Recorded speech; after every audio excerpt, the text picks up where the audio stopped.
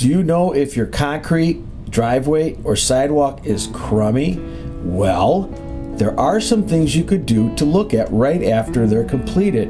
One, look at the surface finish.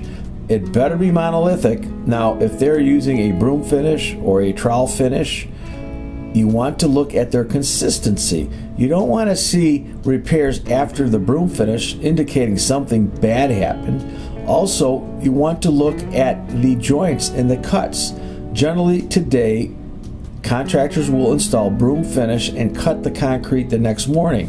The reason they cut it is so they tell it where to crack. Now, you want to make sure those control joints and construction joints are 4 feet, 6 feet, and maximum 8 feet. If they're greater than that, then you will probably get cracks. Additionally, you want to look how they cut it.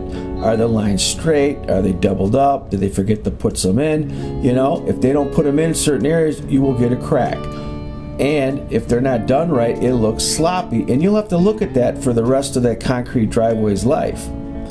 Another thing you want to look at is to make sure that the concrete's running water away from the house. So when it rains, you want the water to run away from the home and into areas where drainage is acceptable and permissible.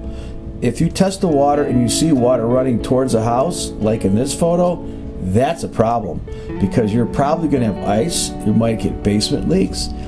It needs to slope away. Another thing you want to look at is the formwork, the thickness, and the stairs and steps and landings. The stair heights should only be 7 1/4 to 8 1/4. If they're 9, that's a problem. That doesn't meet code. It's a tripping hazard.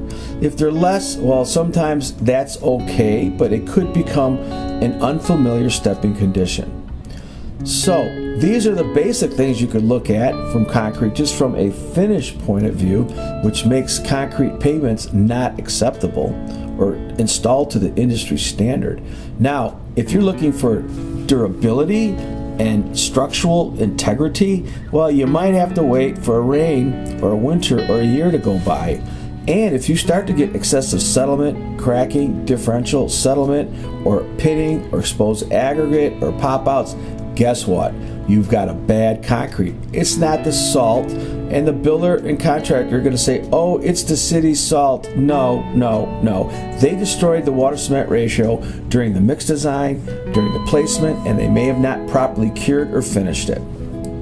I have other videos on concrete on my website and on my YouTube channel. Check them out.